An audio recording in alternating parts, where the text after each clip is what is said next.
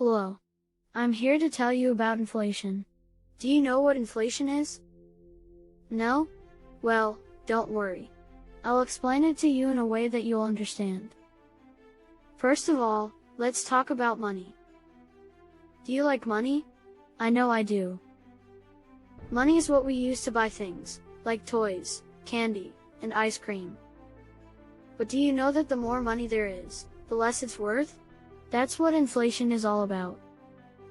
Imagine you have $5 and you want to buy a toy. That toy costs $5, so you can buy it.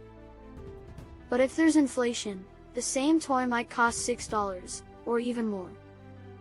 And if you only have $5, you can't buy the toy anymore, because your money isn't worth as much as it used to be. Now, let's talk about why this happens. You know how there's only so much candy in the world, and if everyone wants it, the price goes up? Well, it's the same with money. If there's too much money, and not enough things to buy, the price of things goes up, because everyone wants them. This can happen for different reasons. Sometimes, the government prints too much money, and there's too much of it going around. Other times, there might be a shortage of things, like when there's a drought and not enough food is grown. When there's not enough of something, and everyone wants it, the price goes up, and that's inflation. Inflation can be measured using a tool called the inflation rate. This is the percentage change in the general level of prices over a certain period of time, usually a year. When inflation is high, it can be a problem for the economy. For one thing, it can make it harder for people to plan for the future. If you don't know how much things will cost in the future, it's hard to know how much money you will need to save to buy them.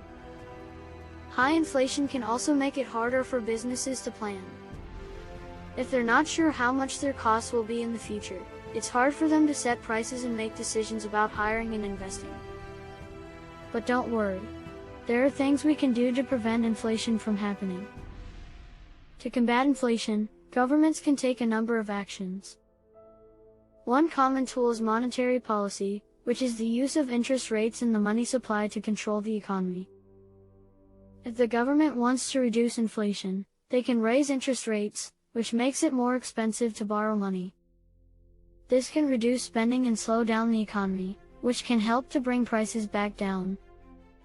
Another way is for the government to control how much money is being printed. A different way is for people to save their money, so they don't spend too much and make prices go up. And sometimes, if we're lucky, things just get cheaper all by themselves, like when new technology comes out and makes things easier to make. So there you have it, inflation.